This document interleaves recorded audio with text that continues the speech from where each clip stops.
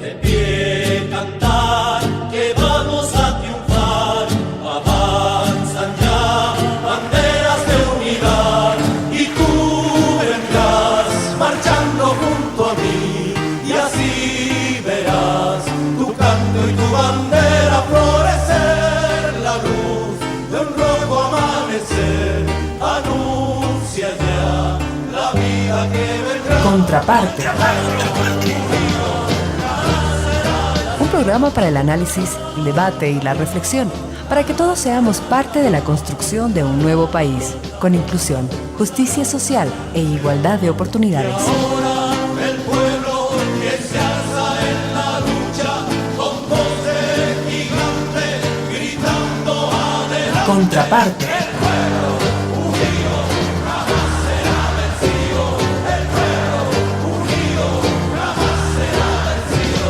Avanzan ya, que vamos a triunfar. Avanzan ya, banderas de unidad. Y tú vendrás marchando. Muy buenos días, estimados oyentes, agradecerles por la apertura que nos brindan en sus hogares, en sus fuentes de trabajo, en los minibuses, en los puestos de venta, en los restaurantes, negocios, etcétera, donde se encuentren ustedes, darles el respectivo abrazo, el respectivo apretón de manos y ante todo también sean bienvenidos. Bueno, y un saludo fraterno a los Yungas, un saludo fraterno a Chacachi, a Huarina, a todos esos hermosos pueblos que, bueno, me olvido los nombres de muchos pueblos, pero igual. Un saludo cordial y un abrazo fraterno para todos ellos, también a la ciudad del Alto y a la ciudad de La Paz y a las otras ciudades hermanas que también nos escuchan a través de las redes digitales de hoy en día. Vamos a dar muy rápidamente la bienvenida a nuestro equipo, como será Flora Condori, la directora de redes sociales, a Jimena Condori, la encargada de producción y postproducción, y a John Quiñones, nuestro colaborador en temas de llegar a tener lo que es las opiniones, ¿no? Nuestros sondeos de opinión, que es muy importante para nosotros. Contraparte.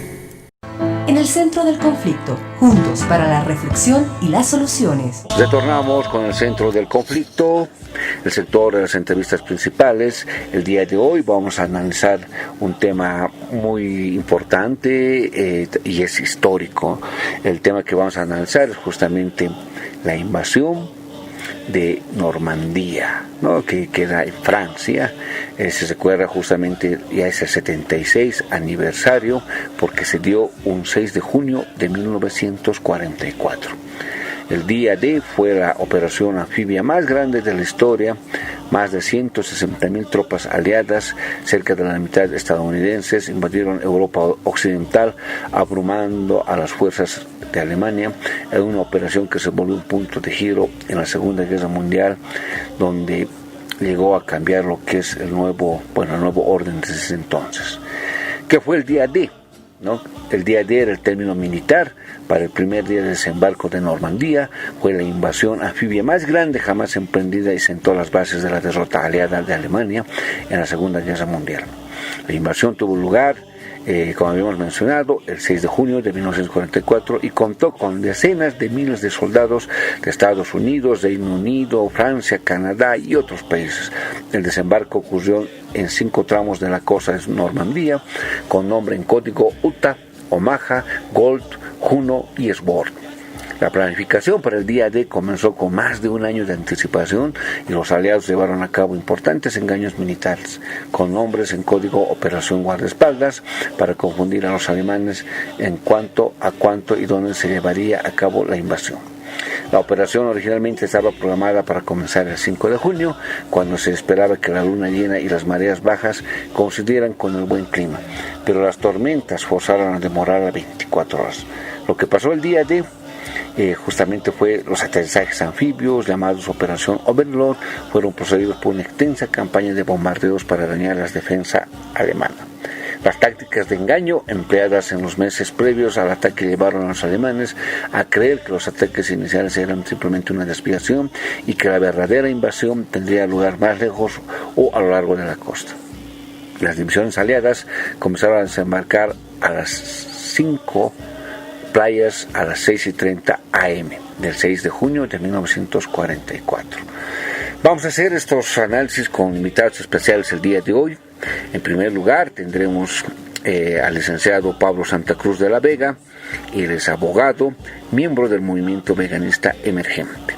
Posteriormente estará con nosotros el doctor Alex Chamán, PhD, sociólogo, docente universitario de la Universidad Mayor de San Andrés UMSA y la Universidad Pública de Alto UPEA, docente de CEPIES UMSA. Y también estará con nosotros el señor Manuel Morales Álvarez. Él es un conocido investigador y analista social. Con ellos vamos a poder hacer el respectivo análisis, debate y reflexión de este tema histórico. Contraparte. Vamos a dar a conocer a nuestros invitados especiales. En primer lugar está el doctor Alex Chamán, PhD, sociólogo, docente universitario de la Universidad Mayor de San Andrés UMSA y la UPEA, docente de CEPIES UMSA. Bienvenido, Alex, buenas tardes, pero buen día. Muy buen día, estimado Edwin, también a los radioescuchas y por supuesto a los panelistas que nos acompañan. Un agrado estar contigo, con el equipo de producción, más aún cuando se trata de abordar temáticas sumamente importantes como es la que nos está hoy convocando, que tiene que ver mucho con la Segunda Guerra Mundial y el papel prácticamente decisivo que desempeñó pues esta batalla de Normandía, y de eso precisamente vamos a hablar el día de hoy. Gracias, Alex. También está con nosotros el licenciado Pablo Santa Cruz de la Vega. Él es abogado, miembro y líder del movimiento veganista emergente. Buenos días, Pablo. Buen día, Edwin, un gusto estar aquí con tan ilustres panelistas en tu programa para hablar de este importante tema. Gracias, Pablo. También está con nosotros otro invitado especial, como ser el señor Manuel Morales Dávila. Él es un analista político e investigador social. Buen día, Manuel. Muy buenos días. En realidad mi nombre es Manuel Morales Álvarez, por si acaso. Perdón, pero ya te he ido cambiando de apellido. Mil disculpas. Sí, tengan ustedes muy buenos días. Gracias, Manuel. Bueno, y recordarles a nuestros invitados especiales, como también a nuestros estimados oyentes, que vamos a analizar, debatir y reflexionar este tema como ser el 6 de junio de 1944, se recuerda lo que es el desembarco de Normandía, que muchos analistas dicen, ¿no?, que ha dado ya el comienzo del fin de la Segunda Guerra Mundial. Pero a ver, empezaremos con Manuel. Manuel, les rogaría 5 minutos, por favor, para que tengamos una presentación general cada uno y luego ya entramos al espacio del debate. Manuel, ¿cuál es tu criterio con respecto a este día que es histórico? Porque no olvidemos que a través de lo que es esta fecha se va reconfigurando lo que es el nuevo sistema mundial. ¿Cuál es tu criterio general, por favor? Sí, gracias. En realidad, a veces en la historia se pone mucho énfasis en algunos días o en algunos acontecimientos y se pierde de vista el proceso, ¿no?, mismo que se vivió. Claro. Es como ver el árbol y no ver el bosque. Entonces, evidentemente, para algunos puntos de vista historiadores, el desembarco de Normandía se habla de que sería el inicio del fin, ¿no?, de la Segunda Guerra Mundial. Sin embargo, esta situación, que es uno de las muchas batallas, ¿no?, que se dio durante la Segunda Guerra Mundial, no nos debe esconder el contexto global, ¿no?, o el contexto general que estaba sucediendo, porque ya estábamos viviendo prácticamente etapas casi finales, ¿no?, de la Segunda Guerra Mundial, que había generado un poco a la fuerza incluso la conformación de bloques, ¿no? Por un lado estaba este bloque, digamos, de las fuerzas alemanas, ¿no?, nazis, con una serie de aliados, algunos de característica más estable, otros más inestable, ¿no? Pero básicamente era Alemania, Italia de Mussolini, los japoneses por un lado.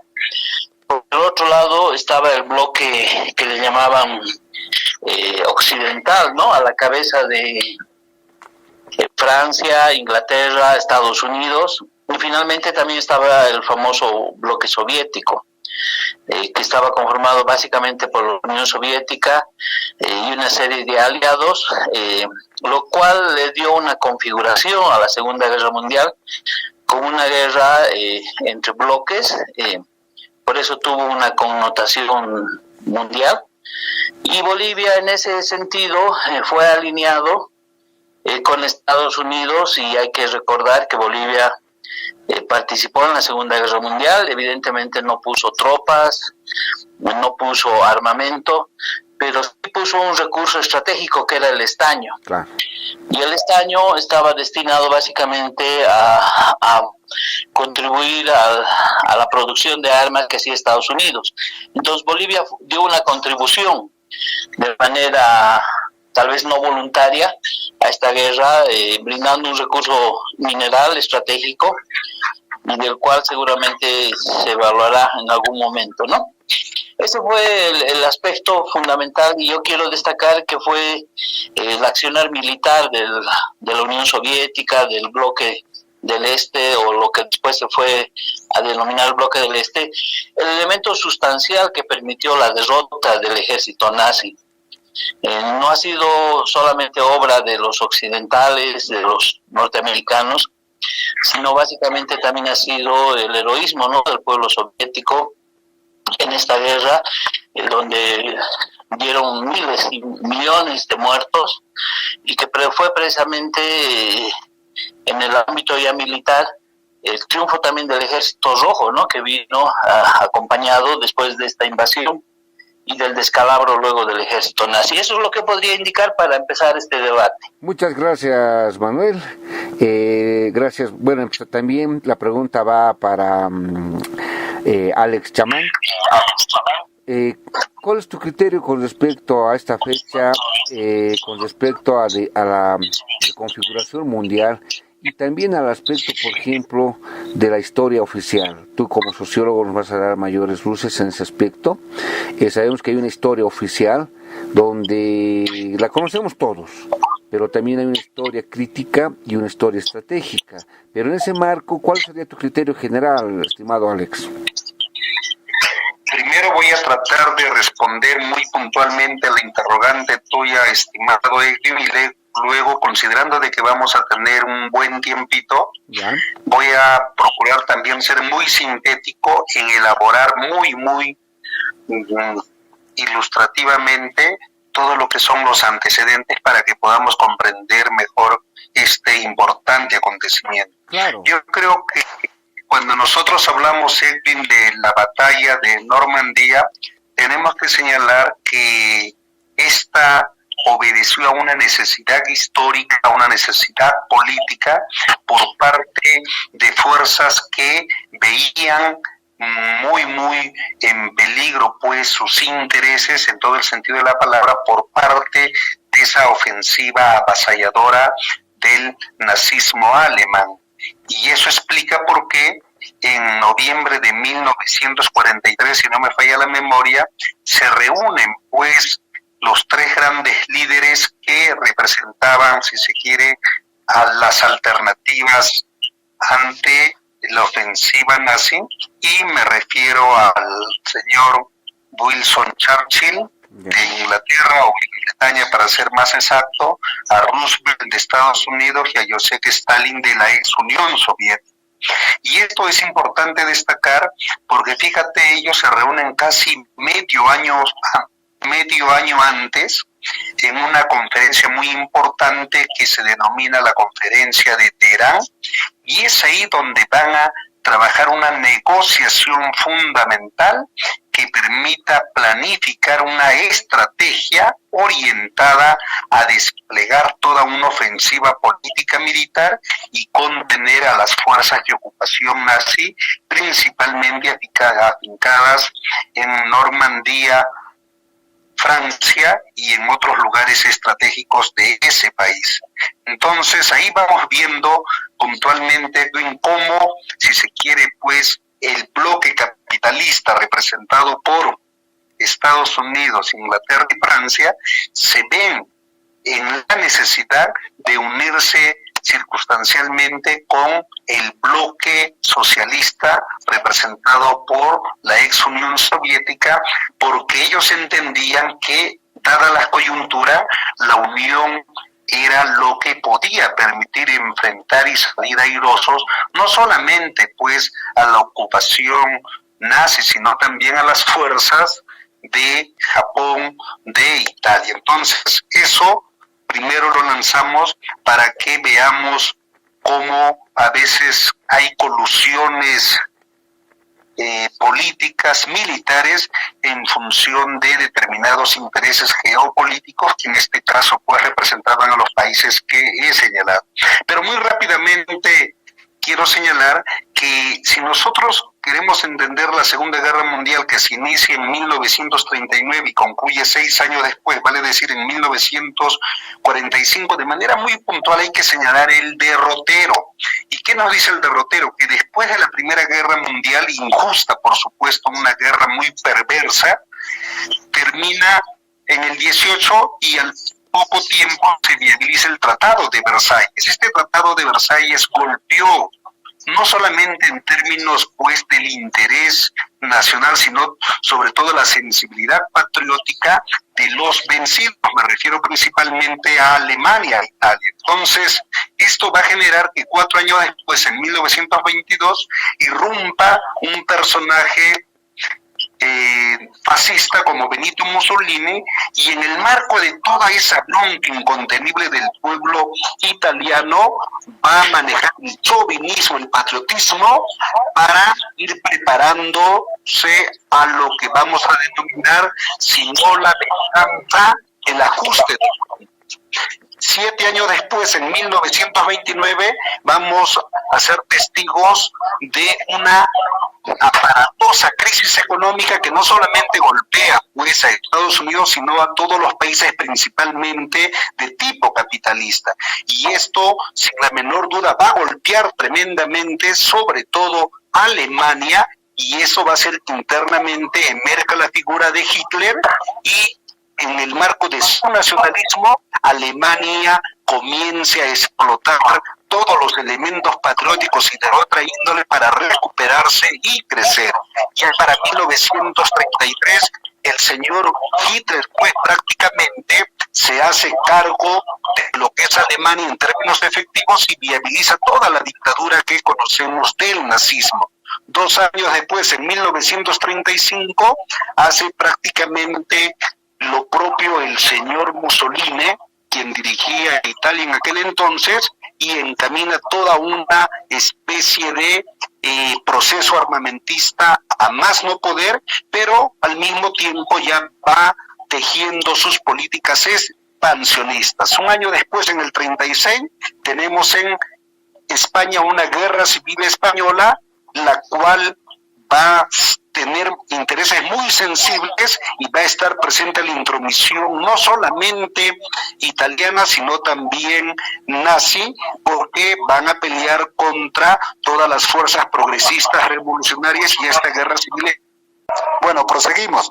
Entonces decíamos que para entender toda la significación de la batalla de Normandía es necesario que visualicemos de manera muy puntual algunos antecedentes, y en ese entendido señalábamos que por 1936 también en España se desenvuelve una guerra civil entre fuerzas de derecha y fuerzas de izquierda. Se imponen las de derecha gracias al poderoso y efectivo apoyo que tuvieron no solamente de la Alemania nazi, sino de la Italia fascista. En el 37 vamos viendo que Japón también comienza una política de anexión producto de afanes expansionistas de corte político-militar, y es en el 38 donde España comienza ya de manera muy efectiva una política de invasión, no solamente sobre importantes países como Austria en aquel entonces, sino también otros como Inglaterra y Francia. Y ahí que Estados Unidos va a tomar partido porque va a verse involucrada por los intereses que tiene precisamente en Inglaterra. Y en ese entendido señalamos entonces que esos antecedentes nos permiten comprender cómo se desencadena esta Segunda Guerra Mundial, y dentro de esa Segunda Guerra Mundial, el día de hoy nos ocuparemos pues, analizando todo lo que ha significado pues la batalla de Normandía, también el famoso día D, pero lo vamos a ir interrelacionando con algunas causas y características de todo lo que ha significado el desarrollo de esta segunda injusta guerra mundial, guerra de rapiña, guerra entre potencias capitalistas o potencias imperialistas que buscaban reposicionarse geopolíticamente y apropiarse no solamente de recursos naturales, de mercados mundiales, sino fundamentalmente erigirse como potencias o superpotencias. Gracias, Alex. Pablo Santa Cruz, en ese aspecto también del día D, ¿cuál es tu criterio general, Pablo?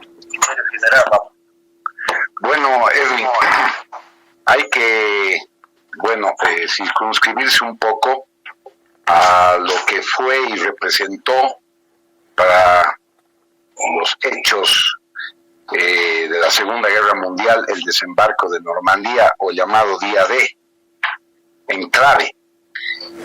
Bueno, los interlocutores han puesto sobre la mesa algunos datos importantes, como por ejemplo que ya se había acordado entre Roosevelt y Stalin que era necesario que se abra un frente más grande para menguar fuerzas alemanas del frente del este, porque los soviéticos ya no podían aguantar más.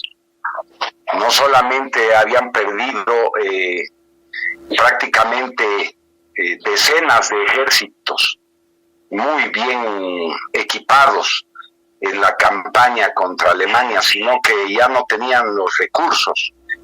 Y desde 1942, Estados Unidos se convirtió en un pilar para poder hacer llegar a los rusos, a los soviéticos, material de guerra, alimentos, fábricas enteras para que produzcan tanques, aviones, inclusive modelos de aviones muy avanzados fueron entregados a los soviéticos para que pudieran aguantar el paso del ejército alemán y tratar de impedir que los alemanes lleguen a Moscú, en principio, y después lleguen al Cáucaso, donde estaban todas las reservas petrolíferas más grandes, entre las más grandes del mundo.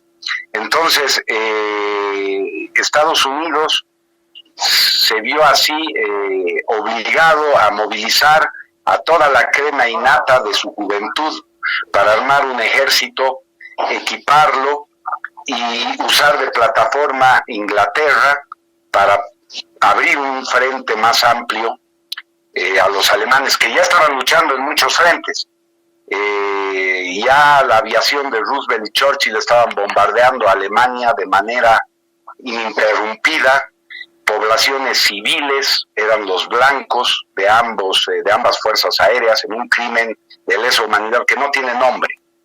Y los alemanes tenían 2/3 partes de sus fuerzas luchando contra un ejército soviético muy superior en materia de efectivos. Eran muy superiores en número, eran muy superiores en recursos materiales con la ayuda de Roosevelt, pero aún así no podían vencer al ejército alemán y sufrían cuantiosas pérdidas en las batallas porque se enfrentaban a un ejército alemán muy bien entrenado, muy bien capacitado y políticamente formado para enfrentarse a todo lo que representaba una lucha completamente y total y absolutamente antagónica contra un enemigo como el comunismo marxista, que por ese tiempo estaba pues atravesando una crisis que se veía amenazado porque podía ser totalmente destruido por Alemania. Entonces se moviliza una fuerza impresionante de 5 millones de hombres para acometer la tarea de desembarcar en Normandía. No se destina una marina, unas fuerzas navales extraordinariamente grandes como nunca se han visto. Estamos hablando de 5,000 barcos que participan en la operación. Estamos hablando de 20,000 aviones de guerra. sí, es una fuerza descomunal contra la que los alemanes no tenían mucho que oponer, porque 2/3 partes de sus fuerzas estaban en el frente del este y tan solo unas cuantas divisiones estaban en Francia. Entonces era una crisis terrible para los alemanes ver cómo iban a detener a estos poderosos enemigos que ya se veía venir que iban a desembarcar en Francia. No se sabía si en el paso de Calais o en Normandía. Hitler intuyó que iba a ser en Normandía y tuvo una pugna con sus generales en ese sentido para poner las reservas a disposición de los frentes justo en ese sector. Lamentablemente, los generales alemanes no le hacían mucho caso a Hitler. Entonces hubo una desincronización, ¿no? Hubieron órdenes y contraórdenes en el tema de evitar el desembarco. Aún así, los aliados estuvieron a punto de ser echados al mar en el día D. Recordemos que en Omaha Beach, que es una de las 5 playas que estaban destinadas al desembarco, casi son repelidos al mar, si no fue porque los alemanes realmente tenían muy pocas reservas estratégicas para poder rechazar el desembarco. Entonces, ante este panorama, tengo que entrar en antagonismo con los anteriores panelistas, porque si no hubiera sido el desembarco de Normandía y Alemania hubiera tenido esas divisiones que usó después para tratar de detener a los aliados en el frente occidental, muy posiblemente el curso de la guerra hubiera sido diferente y Alemania tal vez hubiera destruido al comunismo marxista. Entonces, no hay que despreciar lo que ha sido Normandía. Estamos hablando de que después se instaura un frente en Francia con 5 millones de soldados aliados fresquísimos contra muy pocas divisiones alemanas que logran detenerlos durante casi un año, ¿no? Casi tuvo que pasar un año para que los aliados pudieran llegar a las fronteras del Reich.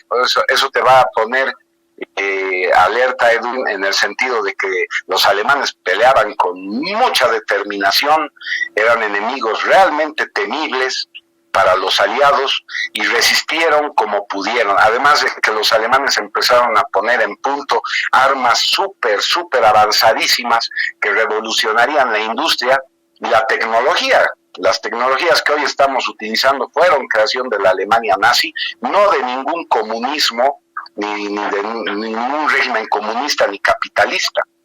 Entonces aquí quiero hacer esta acotación: el capitalismo y el comunismo son 2 caras de una misma moneda y dirigidos por el mismo amo internacional llamado sionismo. Los judíos, dueños de la banca internacional. No estamos hablando aquí del judío de clase media, el judío promedio que vive en Israel, no. Estamos hablando de una casta de banqueros internacionales que ocasionaron ambas guerras mundiales para lograr el control financiero e imponer su modelo económico, el modelo económico capitalista que hoy rige el mundo, ¿no? Con los empréstitos, las deudas y los intereses compuestos a las naciones. Eso fue impuesto en la Segunda Guerra Mundial por estos banqueros que la promovieron. Gracias. Entonces hay que decir la verdad en todo esto, Edwin, porque es importante hacer un revisionismo histórico. No es achacarle a Alemania también afanes expansionistas, como se le achaca, porque Alemania no ocasionó la Segunda Guerra Mundial.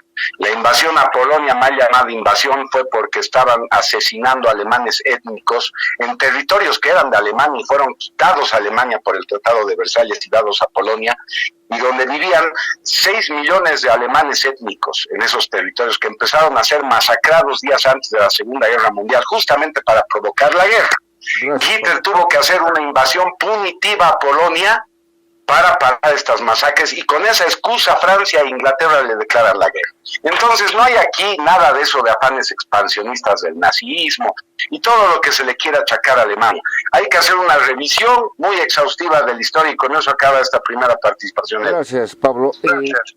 Manuel, bueno, entramos a lo que es ya el segundo espacio del debate, si es que hay ideas contrapuestas, porque se trata de eso, de que enriquezcamos el tema. Manuel, en ese contexto, ¿Cuál es tu punto de vista? ¿Será que la Primera Guerra Mundial ha dado, por ejemplo, muchos cambios alrededor del mundo? ¿O será que, como la historia oficial lo dice, que Alemania ha sido el causante de la Segunda Guerra Mundial? ¿O cuál es tu criterio, Manuel? Claro, lo que pasa es que ya la Primera Guerra Mundial va a tener como objetivo reconfigurar las fronteras, ¿no? Entonces fue una guerra evidentemente que se desarrolla sobre todo centrada en Europa, pero cuyos objetivos eran modificar las fronteras y generar nuevas estructuras, digamos, nacionales. Por eso es que la Primera Guerra Mundial realmente se va a dar entre países, muchos de los cuales pierden territorios, pierden soberanía y otros amplían, digamos, su área de influencia. La Segunda Guerra Mundial sigue en ese marco, en esa línea, donde el capitalismo en diferentes países lo que buscaba era la ampliación de su hegemonía, pero hay un aditamento que hay en la Segunda Guerra Mundial que es muy importante y que probablemente supera en ese sentido a la Primera Guerra Mundial, y es el tema ideológico. Y en la Segunda Guerra Mundial hay detrás una ideología específica, que es el fascismo o el nazismo, como quiera que se lo denomine, en términos generales estoy hablando, que va a ser una crítica evidentemente al capitalismo, pero sin que esa su crítica al capitalismo signifique la instauración alternativa de otro modelo, de otro sistema. Y evidentemente en la Segunda Guerra Mundial el fascismo va a tener también, aparte de hacer una crítica al capitalismo, va a tener también una crítica a lo que en ese momento emergía en el mundo, que era el socialismo. No solamente con revoluciones ubicadas en determinados países, sino como un modelo antagónico al capitalismo. Entonces, ya en la Segunda Guerra Mundial hay detrás de esto toda una trama ideológica. Por eso es que se puede hablar de que la derrota de un bloque u otro bloque era al mismo tiempo la derrota de una visión ideológica. Y lo que ha sucedido en la Segunda Guerra Mundial, para que los oyentes también puedan tener un poco de contexto, es la derrota del fascismo. Pero no solamente ha sido la derrota militar o económica, sino que ha sido en el fondo también la derrota ideológica del fascismo. Porque cuando hay procesos de lucha armada, de lucha violenta, el que gana prácticamente gana en el terreno militar, en el terreno económico, gana en la reconfiguración del espacio geográfico, geopolítico, pero también gana en el aspecto ideológico. Aunque las batallas ideológicas posteriormente a la guerra o a los resultados de la guerra sigan sonando como ecos, ¿no? Como ecos de una confrontación ideológica, pero que en el terreno militar, en el terreno fáctico, fueron ya definidas. Entonces, ¿qué significaba el triunfo del fascismo, del nazismo?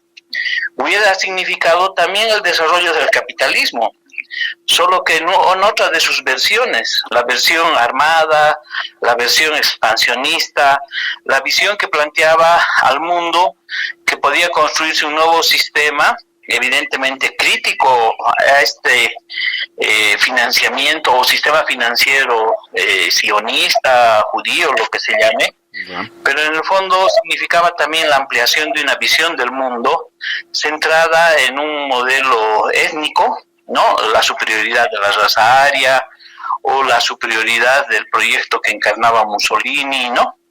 Para colonizar al resto de los países. Por eso es que Japón también se alía, pues, ¿no?, con Alemania e Italia, porque Japón también tenía un objetivo militar, expansionista, de tipo imperialista, podríamos decir, para el Asia. Entonces, evidentemente, Japón también invade China e invade una serie de otros países aledaños al Japón, enfrascado en esta visión de que la guerra les permitía conquistar nuevos mercados, les permitía ampliar la producción capitalista. Entonces, evidentemente, el fascismo puede tener puntos de vista críticos hacia el capitalismo, pero en el fondo reproducía nomás o respondía a la visión capitalista, porque si bien puede haber una crítica al sistema financiero en manos de los judíos, el fascismo iba a implementar o desarrollaba el capitalismo a nombre de los trabajadores, a nombre del nacionalsocialismo o a nombre de cualquier otro o de otra construcción ideológica, teórica que se hubiera hecho, pero en el fondo iba a significar la ampliación del modelo capitalista con las fábricas, con la industria, con todo lo que Alemania estaba desarrollando en ese momento. Entonces se puede decir que la Segunda Guerra Mundial, aparte de esta confrontación entre el mundo capitalista y el socialista, también reflejaba las contradicciones al interior del bloque capitalista. Y el fascismo ha significado una contradicción, una crítica aguda, profunda a las potencias como Inglaterra, como Francia. Estados Unidos todavía no emergía, digamos, como una potencia mundial, más bien fue el aprovechamiento que hizo de la Segunda Guerra Mundial y del triunfo que en ella obtuvo junto a los aliados y junto a su alianza con los soviéticos, donde Estados Unidos ya se consolida y proyecta a nivel internacional. Eso es lo que yo te podría señalar sobre este punto, Edwin. Gracias, Manuel. Alex, en ese contexto que ya estamos en el del debate, ¿será que, por ejemplo, Alemania, en ese contexto, después de la Primera Guerra Mundial y el Tratado de Versalles que ya se explicó, de alguna manera estaban demostrando que su sistema económico era diferente, por ejemplo, al sistema del capitalismo, porque ellos estaban, en ese momento, lo que usaban era el patrón trabajo, y en ese contexto estaban rompiendo ese esquema ya conocido, ¿no? Y hasta ahora incluso. ¿Cuál es tu criterio, Alex? Cuando nosotros hablamos del capitalismo, tenemos que destacar muy puntualmente que su punto de partida, de desenvolvimiento y de llegada es la propiedad privada. Propiedad privada, sobre todo aquello que sirve para viabilizar producción de bienes y o servicios. La pregunta es, en Alemania, en Italia. Estoy en una entrevista ahorita. Decía que la pregunta es si en Alemania y en Italia prevalecía o no prevalecía la lógica económica del capitalismo. Por supuesto que sí, existían relaciones sociales de desigualdad expresada en mayor explotación económica y mayor opresión social y política. En Alemania, con el ascenso de Hitler y lo propio en Italia con el ascenso de Mussolini, el poder se concentró en tan pocas manos que viabilizaron una agresiva política capitalista expresada en su lógica de la acumulación del capital. ¿Y cómo se acumula pues capital? Con mayor explotación de la fuerza de trabajo, apropiándose de la misma mediante la plusvalía. Eso hay que entenderlo bien. Por tanto, Alemania e Italia eran países capitalistas que renacían como ave fénix después de haber sido pues aplastadas política y militarmente en la Primera Guerra Mundial. En esa lógica comienzan a explotar el chauvinismo, el patriotismo, que en definitiva es reaccionario, porque favorece solo a ciertos grupos de poder y no así a toda la población en general, y eso nos hace ver que su crecimiento desmedido los llevaba a una autarquía económica, es decir, que ellos se valían por su propio autosostenimiento. Y ahí comienzan no solamente a explotar pues a las masas trabajadoras, sino también, si se quiere, a otros sectores importantes de migrantes, particularmente los judíos. A eso habría que agregarle de que requerían pues expandirse. Y si uno en estos momentos ve el mapa mundi, va a ver que tanto Italia como Alemania y Japón de Yapa no tienen cada uno de estos países ni siquiera la mitad del tamaño del territorio de Bolivia. Son países pequeños territorialmente, son países en cuanto a recursos naturales pobres, si se quiere. Entonces, eso primero para desvirtuar alguna otra, si se quiere, pues caracterización que no viene al caso. Pero aquí tenemos que entender que cuando nosotros hablamos de la Segunda Guerra Mundial y particularmente de todo lo que ha representado la batalla de Normandía, hay que señalar a modo de aclaración que por los 1920, 30, 40 se ha desenvuelto a nivel planetario con mucho auge lo que es el sistema capitalista. Y prácticamente todos los países que fueron envueltos en esa guerra han sido países capitalistas, a excepción de la Unión Soviética de aquel entonces. ¿Y cuál es la lógica, una vez más repetimos, del capitalismo?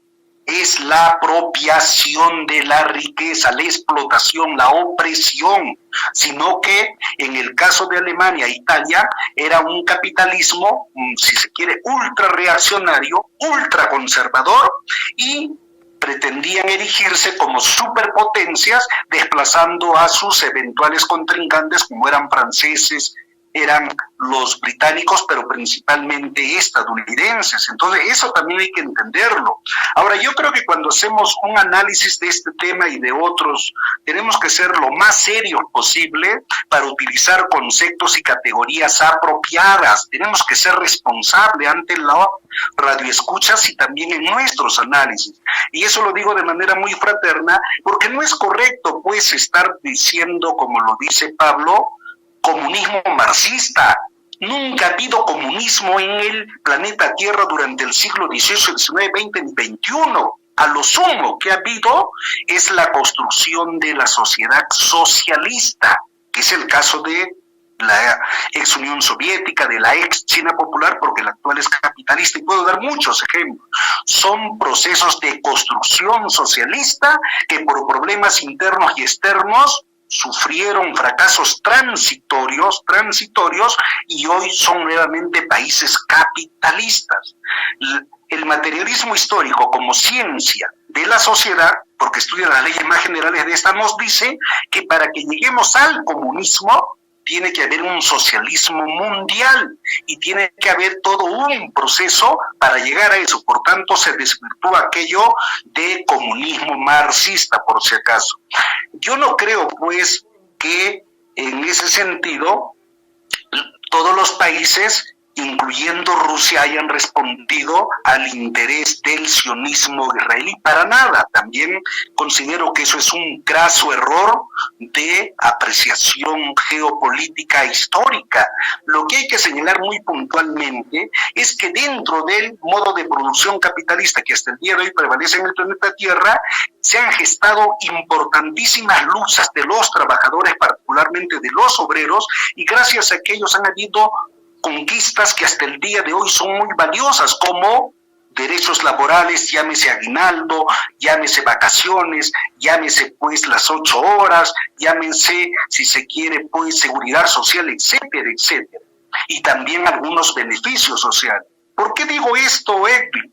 Porque cuando nosotros hablamos del siglo XX tenemos que decir que en honor a la verdad histórica, en 1917 se gestó un movimiento revolucionario anticapitalista, antiimperialista. Y ese movimiento tiene nombre y apellidos, ha sido el movimiento de la Revolución Rusa, dirigida por un partido comunista como fue el partido bolchevique a la cabeza del gran Lenin. Y ellos viabilizaron todo un proyecto histórico completamente diferente a lo que es el capitalismo. Ahí está, solo menciono 2 cositas. ¿Qué le anteponen a la propiedad privada? La socialización de los medios de producción. ¿Cuál va a ser el objetivo central? Muy a pesar de que habían enemigos internos y externos, se viabiliza todo un proceso de industrialización cuyo objetivo central era el bienestar de la humanidad, pero particularmente en ese caso de la población rusa, muy puntualmente. Quienes desarrollaron hasta los 1950 los más grandes avances en materia, pues, por ejemplo, no astronáutica, no fue pues Alemania, no fue, si se quiere, Francia, menos Inglaterra o peor Estados Unidos, fue la Rusia socialista. Y ahí está, por ejemplo, su primera nave al espacio. ¿Cuál fue el Sputnik? Al primer hombre que se mandó al espacio, Yuri Gagarin. No solo eso, hasta mandaron a la primera astronauta y a la primera perra laica. Entonces, eso yo creo que es fundamental. Gracias. Entender por qué tenemos que separar pues la paja del grano. Y aquí hay que señalar categóricamente que la Rusia socialista de aquel entonces era necesaria para las fuerzas aliadas, y también para Rusia era necesaria las fuerzas aliadas, es decir, había una mutua necesidad para enfrentar a ese monstruo llamado el nazismo, que repito, era archirreaccionario y en aquel entonces enemigo de los pueblos. ¿Quién inició la guerra? ¿Quién la desarrolló? ¿Acaso fueron pues los inocentes nazistas, los inocentes fachos o fascistas? No, fueron marcados intereses de esas potencias que pretendieron destruir la única construcción socialista que había en el planeta, y se encontraron de que ahí había un poderoso ejército rojo, ejército revolucionario, que es falso pues que se haya nutrido bélicamente de los estadounidenses. Es una completa falsedad. No, desde los 1930 los rusos comenzaron a viabilizar una política de industrialización bélica porque sabían que tenían enemigos externos. Entonces eso también hay que entenderlo para no desvirtuar, para no sesgar, no falsear la historia. Gracias, Alex. Pablo Santa Cruz, ¿cuál es tu posición con respecto a las dos opiniones vertidas? No quería interrumpir, pero están saliendo muchas cuestionantes. Pero ¿cuál es tu criterio, por favor, Pablo? Bueno, primero, Edwin, hay que decirle al señor que acaba de hablar que él es el que está cometiendo las aberraciones de distorsionar la historia más grandes que yo haya escuchado. Él es el irresponsable que está desinformando a la gente por una cerradez mental y un fanatismo en el materialismo marxista. Entonces, al señor hay que decirle que, primero, él no es judío, no tiene por qué ofenderse, es boliviano. ¿Ya? Segundo, ¿no? Y muy importante, no hay necesidad de fanatizarse y defender los intereses espurios de una élite sionista, como era la élite bolchevique. Lenin era judío, Stalin era judío, ¿sí? El mismo Carlos Marx era judío, Engels, todos eran judíos, sostenidos y financiados por los más grandes capitalistas. El capitalismo, hay que informarle a este señor, nace con la emisión de la moneda en poder, ya, de un monopolio judío, de los bancos internacionales, incluida la Reserva Federal de los Estados Unidos. Este señor no sabe nada de eso. El capitalismo y los grandes capitalistas son Warburg, Rothschild, Rockefeller, que financiaron la Revolución Rusa. Ese señor no sabe eso. La Revolución Rusa nunca instauró el socialismo, mató de hambre a la Unión Soviética, ¿ya? Fue el sistema con la policía política más cruel de la historia. Han matado 60 millones de rusos en toda la historia de la Unión Soviética. Han muerto 60 millones de rusos en campos de concentración gigantescos que se llamaban gulags. Los ejecutaban con pistola o con tiro en la nuca. Entonces, ha sido el régimen más criminal de la historia de la humanidad, el régimen comunista de la Unión Soviética, comunista, porque el único socialismo que se ha impuesto en el mundo y el único socialismo que ha funcionado ha sido el socialismo alemán de la Alemania nazi. Entonces, a ese señor le han lavado el cerebro para que vaya en contra de los únicos defensores del verdadero socialismo, que han sido los alemanes, y Adolfo Hitler y el Partido Nacional Socialista. Entonces, ese señor realmente es el que, con su postura de pseudohistoria fanática, ya está matando la historia de verdad y no tiene oídos ya para escuchar lo que yo le estoy diciendo. Y cómo estoy esclareciendo a la gente que el comunismo es una conspiración del sionismo para destruir naciones, como destruyeron la Rusia zarista, que hasta que llegó la Unión Soviética y los soviets al poder, era una potencia a nivel planetario, la Rusia zarista. Después, la Unión Soviética entró en las hambrunas más grandes que uno se puede imaginar. Kaganovich, mano derecha de Stalin, judío, mano derecha y compañero de Lenin, judío, fue el que ocasionó una hambruna provocada en Ucrania, matando 6 millones de personas de hambre. Entonces, este señor nos quiere mamar, disculpen la palabra, a todos con su discurso comunista. Entonces, a ver, analicemos bien la cosa. ¿Cómo va a decir este señor que Alemania es un peligro? Si Alemania estaba proponiendo que todas las naciones del mundo nos liberemos del yugo del capital judío, de sus dólares, de sus divisas internacionales y de sus fondos monetarios para endeudar a las naciones. Eso era lo que quería hacer Alemania, liberar al mundo de los sionistas. ¿Y cómo va a decir que Israel geopolíticamente no intervino? Y no, o sea, este señor no sabe historia, este señor es un completo ignorante. Yo le invito, por favor, Edwin, a leer pues libros realmente serios, señor. Le recomiendo Derrota Mundial de Salvador Borrego Escalante. Este señor ha escrito 130 libros, no sé cuántos habrá escrito usted, pero le aconsejo leer pues un poquito de otras cosas, no de lo que nos pinta el sistema. El comunismo sirve para empobrecer a las naciones, para que suba un régimen de derecha capitalista liberal que la endeude a los judíos. Por eso los judíos han inventado el comunismo, con una teoría que no sirve. Este señor se olvida, por ejemplo, al decir de los adelantos tecnológicos, que los rusos robaron toda la tecnología alemana de la Segunda Guerra Mundial y se la llevaron a la URSS para probar la cohetería, para probar los aviones a reacción. Los primeros cohetes pues de la historia no han sido rusos, señor, ni soviéticos, han sido alemanes. Lea un poco de historia, no sea fanático. Igual los primeros aviones a reacción.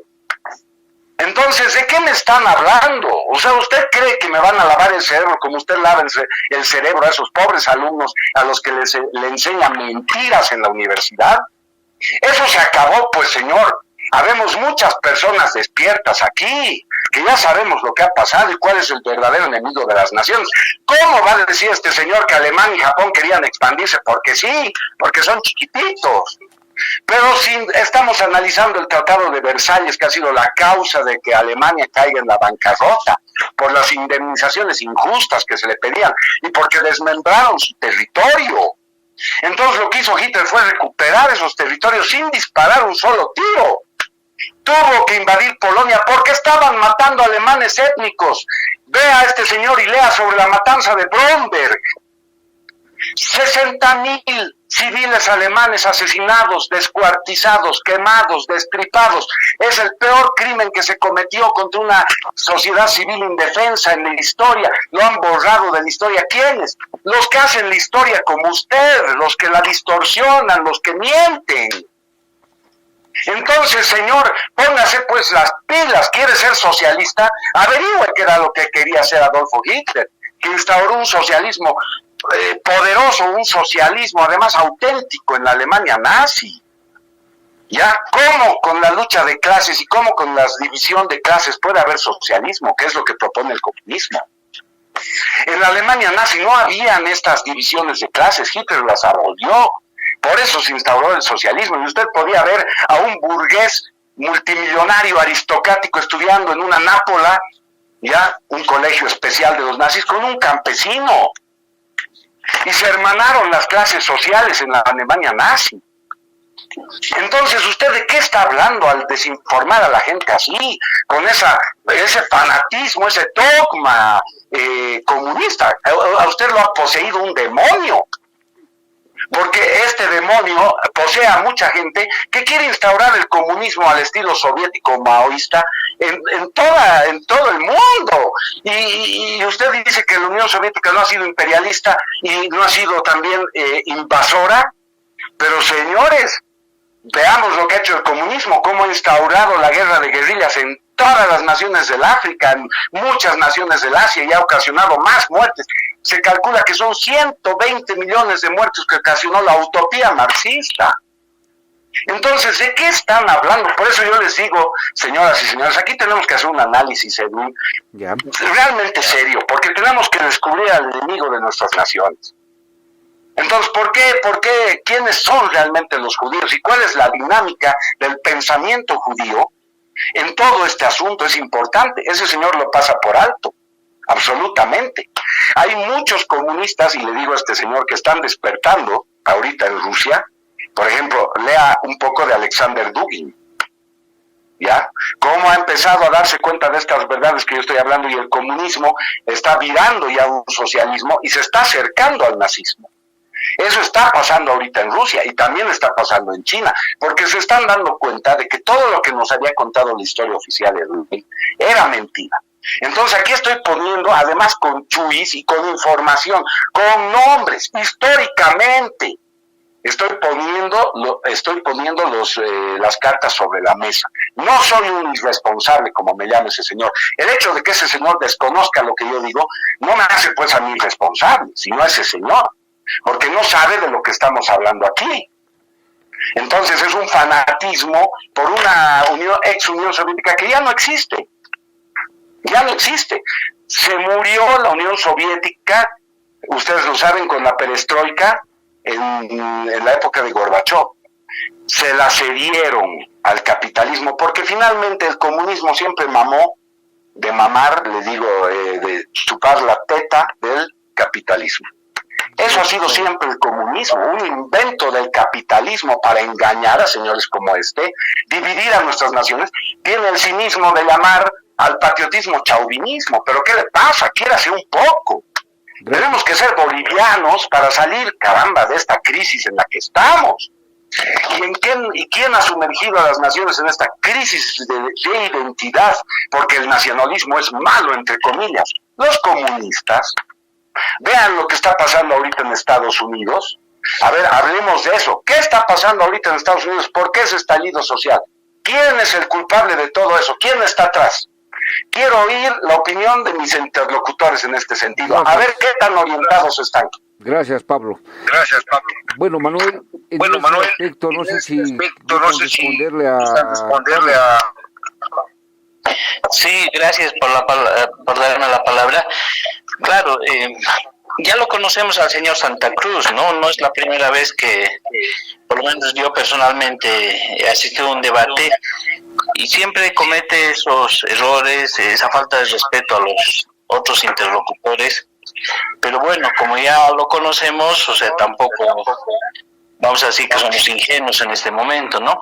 Sin embargo, lo que él dice con mucha falta de respeto, con muchos adjetivos, también pues él, no también, sino él comete una serie de sesgos, de equivocaciones conceptuales, porque él piensa que con una lógica discursiva va a poder desarmar o va a poder echar por tierra lo que se ha venido diciendo en el programa. En primer lugar, realmente comete errores imperdonables, ¿no? De tipo conceptual, de todo tipo, al hacer una afirmación tan irresponsable, tan ligera, tan falta de información, como decir que el capitalismo ha emergido de los judíos. O sea, realmente el señor entonces no sabe lo que es el capitalismo. El capitalismo no ha emergido de la voluntad de un grupo de personas judías. El capitalismo es un proceso histórico, social, económico, ¿no? Que viene desde la etapa previa, el mercantilismo, la etapa industrial, que viene a partir de la transformación de la agricultura en manufactura, que viene evidentemente de la emergencia del sistema financiero, de su crecimiento, pero estamos hablando de un proceso económico, social, que se da en Europa, que luego se da a través de la mundialización, con la acumulación originaria del capital, cómo han fluido las mercancías, el oro, la plata, las especies, no solamente del continente americano, sino de Asia, de África, y todos han contribuido a que en Europa se vaya a concentrar una nueva forma de producción ya moderna, modernizada, y que evidentemente eso ha ido progresando. Que ahí adentro hay un sistema financiero es evidente, está la banca. Que ahí adentro haya sectores étnicos o gente judía es evidente. Pero realmente solamente a un niño se le puede ocurrir dar una explicación de que todo este sistema tan complejo, tan grande, planetario, pueda ser obra pues de un grupo de judíos. O sea, realmente eso es infantil. Y aunque mencione un montón de libros, mencione un montón de autores, eso no es una explicación seria de lo que es el capitalismo. Para entender el capitalismo hay que estudiarlo a profundidad. Y si no queremos estudiar la profundidad, por lo menos hay que intentar entender cuáles son sus componentes. Y en la actualidad el capitalismo, además de la banca, que es un elemento fundamental y que puede haber determinados banqueros en determinados países y que tienen determinado poder, no solamente se reduce al tema de la banca. También hay que ver el conjunto de otros procesos que tienen que ver con la explotación de la industria, el petróleo, la minería, incluso la agricultura, los commodities, etcétera, etcétera.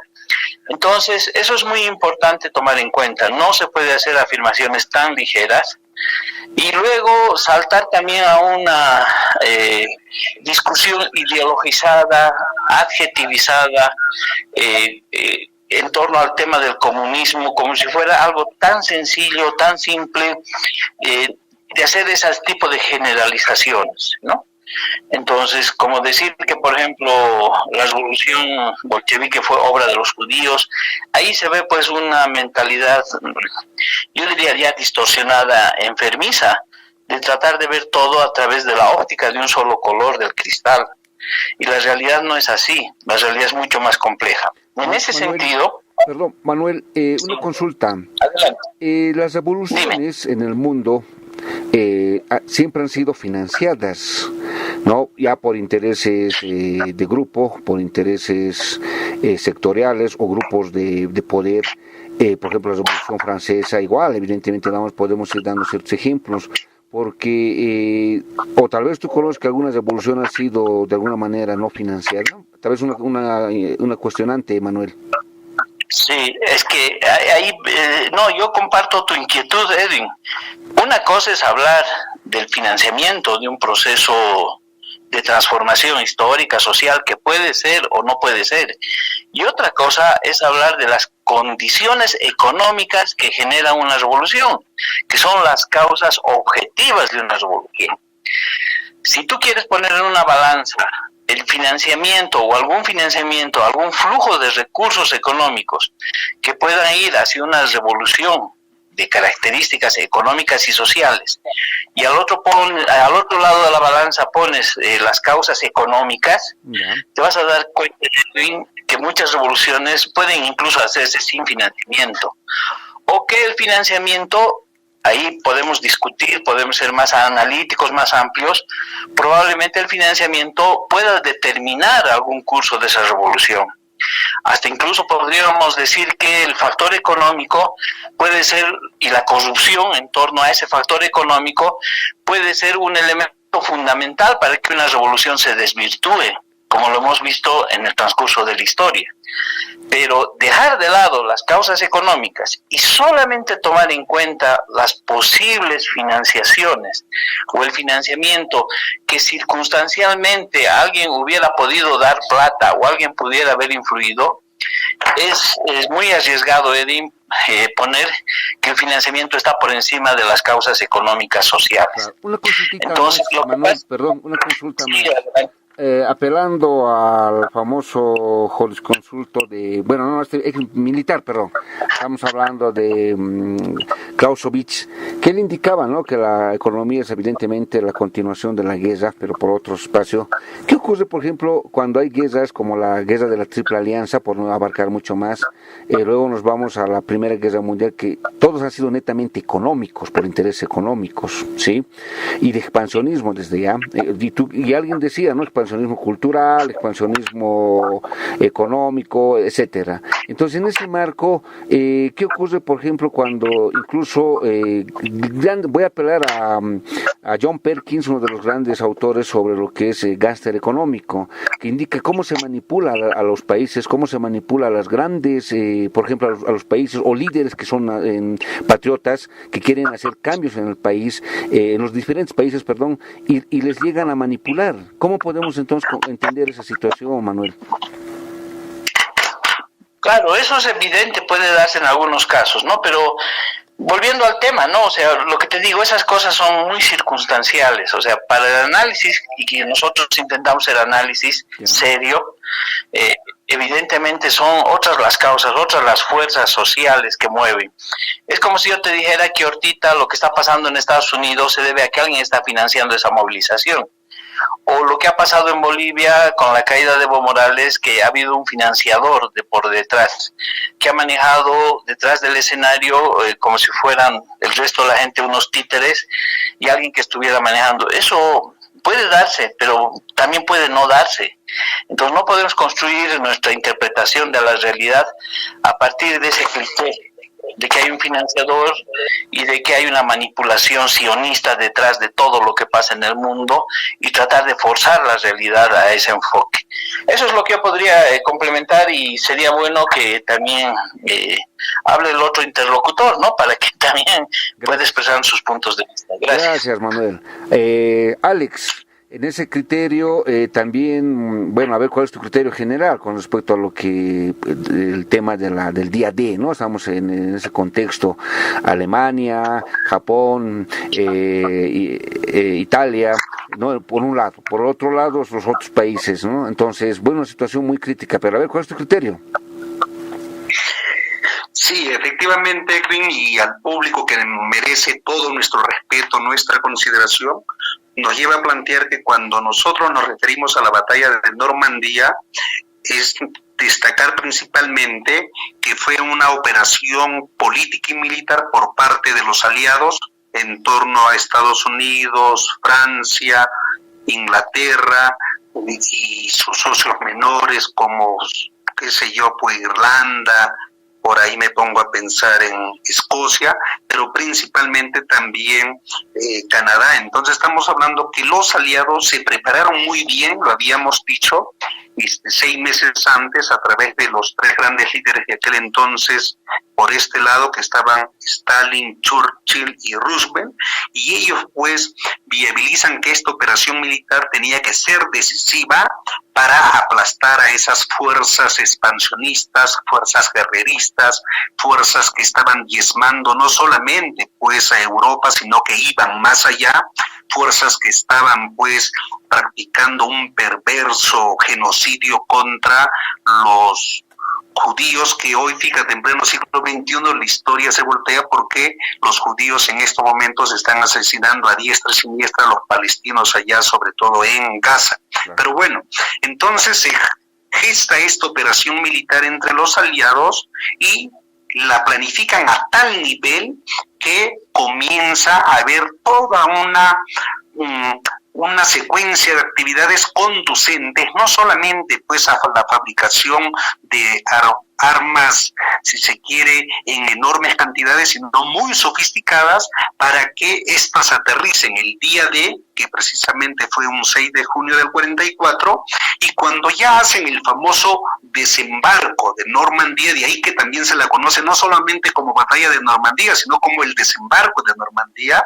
Fíjate, Edwin, viabilizan pues una operación que le van a poner el nombre de Operación Overlord, que significa jefe supremo y representaba el día decisivo, el día determinante. Y esto es importante porque logran mover ingentes cantidades de recursos humanos y logísticos, y a la medianoche del 5, ya para iniciar el 6, desembarcan no solamente pues Edwin 200.000 soldados, sino también 50.000 vehículos militares, tanquetas y otro tipo de vehículos, casi 10.000 aviones, 5.000 buques de guerra muy bien pertrechados, y quien va a liderizar todas estas fuerzas va a ser precisamente un general estadounidense, merced a que la mayoría de los militares, la mayoría de la tropa y la mayor cantidad de los insumos o pertrechos militares eran estadounidenses. Habían 100.000 soldados estadounidenses, la historia refiere que habían 58.000 británicos y 17.000 canadienses. Eso es importante destacarlo, Edwin, porque van a emplear, ojo con esto, van a emplear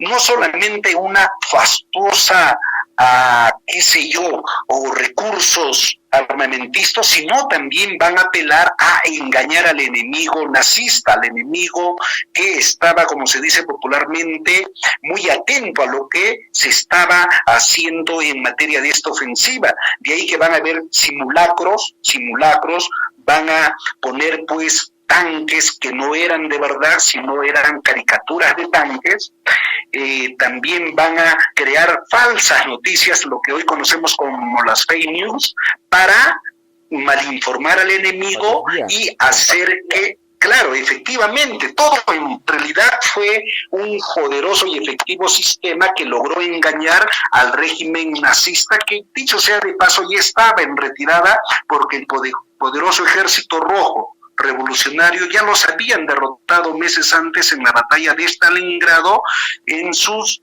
vanos intentos de querer destruir la construcción del socialismo. Y ahí Edwin, también hay que agregar que esta batalla de Normandía tiene una característica interesante que hoy por hoy juega un papel importante en nuestra vida diaria, como son las telecomunicaciones, el internet. En aquel entonces, por supuesto que no había internet, pero ¿qué es lo que lograron todas estas fuerzas aliadas? Destruir los sistemas de comunicación alemanes, de manera tal que los aislaron comunicacionalmente, y no solo eso, hicieron que su capacidad de respuesta se reduzca a la mínima expresión, y tú sabes que en una guerra el factor sorpresa en general es decisivo, y esto va a permitir que el régimen fascista no tenga capacidad de respuesta inmediata. El mismo señor Hitler estaba durmiendo, sus generales ni siquiera se animaban a despertarlo por temor a alguna represalia. Perdieron horas valiosas que a la postre significó un triunfo muy contundente de las fuerzas aliadas, que dicho sea de paso, también perdieron importantes hombres, importante logística, porque hubieron guerras en que, más que guerras, batallas para ser exacto, en que importantes tropas estadounidenses y canadienses fueron prácticamente embestidas, fueron derrotadas, pero en general lograron su cometido. Por eso que es importante destacar que fue tan bien preparada que antes de que las tropas pues den pasos, había un ataque coordinado de manera aérea para golpear al enemigo, su artillería, sus búnker, sus minas, que prácticamente las habían diseminado por todas partes, para intentar evitar que las fuerzas aliadas prosigan. Y para concluir, si me permite, Edwin, para concluir, yo creo que tú nos has convocado aquí para hablar pues sobre lo que es la batalla de Normandía, la Segunda Guerra Mundial, y no me parece nada respetuoso a tu persona, al equipo que te acompaña y a los radioescuchas que nos están escuchando, que nos quieran agendar que hablemos de lo que está pasando en Estados Unidos. Eso ya tú y tu equipo de producción lo definirás. Tampoco no me parece correcto, y lo digo con mucho respeto, sobre todo a los radioescuchas, que se esté queriendo hacer gala, pues, en pleno siglo XXI, de defender a esa Alemania nazista, a esa Alemania que sometió a buena parte de la humanidad a lo que es un espiral de violencia, sangre y fuego, a una Alemania que fue tan dañina su accionar, que al verse derrotados ni siquiera Hitler y todos sus acompañantes tuvieron si se quiere, pues, la dignidad de enfrentar a aquellos, sino hasta se suicidaron y dejaron a su pueblo prácticamente a merced de los aliados, que en el mayor de los casos cometieron excesos. ¿Cómo pues, yo pregunto a los radioescuchas y a ti, Edwin, cómo vamos a hablar que la Alemania fue una Alemania socialista?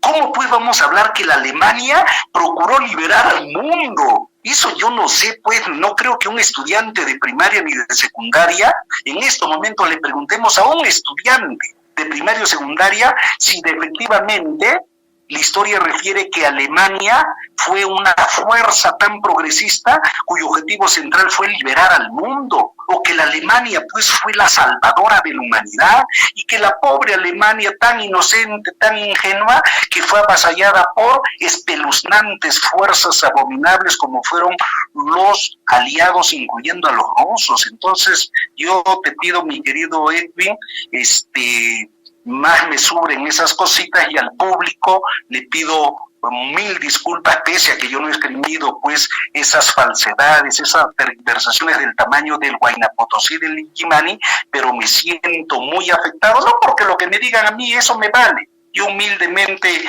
he logrado muchas cositas gracias a mi esfuerzo y trato de ser muy serio, muy sólido y responsable en lo que digo, pero no es correcto que en pleno siglo XXI se pretenda decir que la pobre Alemania nazista fue inocentita y que fueron los salvadores del mundo y que fueron tan poderosos que finalmente fueron derrotados, fueron diezmados y pare uno de contar. Eso, estimado. Gracias, Alex. Pablo.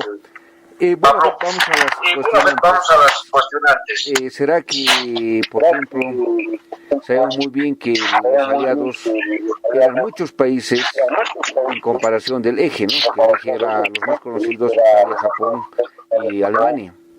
Pero los aliados eran una cantidad de países, muchos tienen diferentes datos, pero eran bastantes, ¿no? Otros dicen que eran 36, otros que eran 50, bueno, son datos que están manejando. En ese marco, ¿cómo podemos ver esa situación de diferencia incluso de capacidad de cada país, Pablo? Bueno, Edwin, a ver, primero, Edwin, ¿no?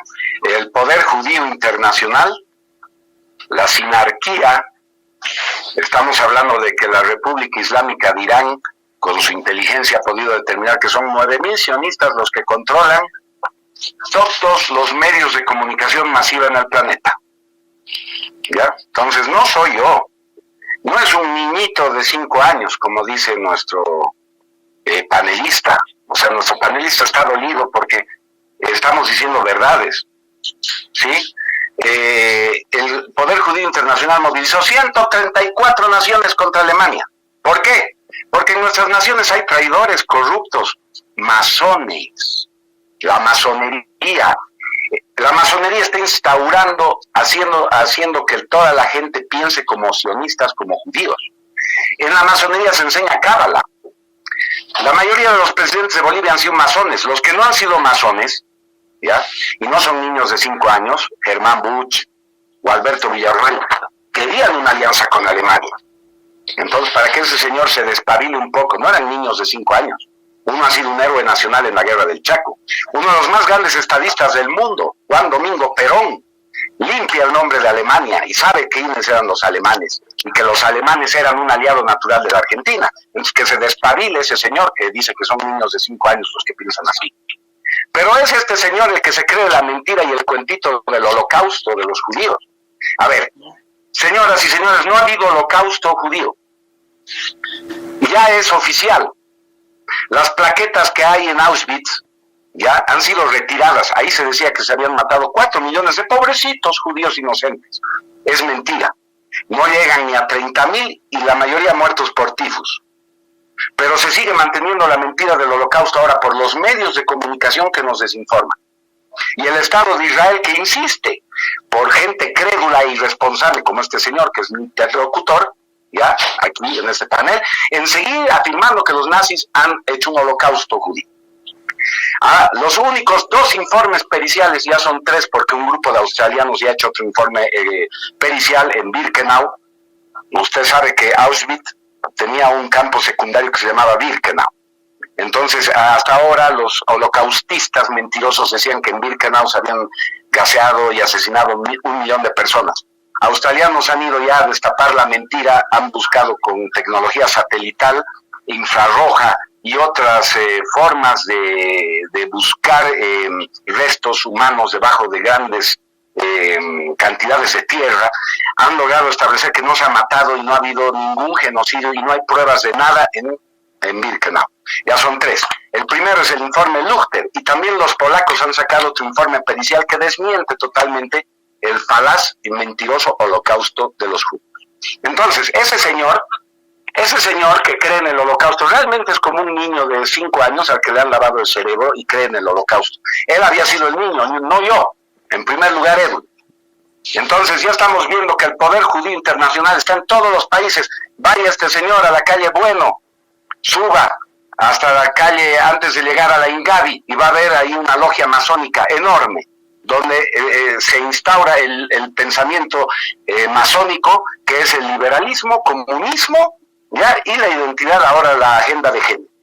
Entonces supongo que los nuevos comunistas que están instaurando la agenda de género en nuestras naciones para homosexualizarlas, que están destruyendo el sentido de nacionalismo, porque estos nos hacen creer que es un chauvinismo ser patriota y querer la patria, que eso sí es aberrante.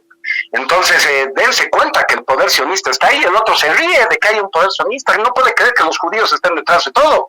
Pero si la misma Biblia nos han impuesto universalmente el Dios de Israel como único Dios, han desterrado a todos nuestros dioses ancestrales, la Pachamama, Viracocha, no van más. Aquí todo el mundo adora a Jehová, y Jehová es un demonio, es Satanás.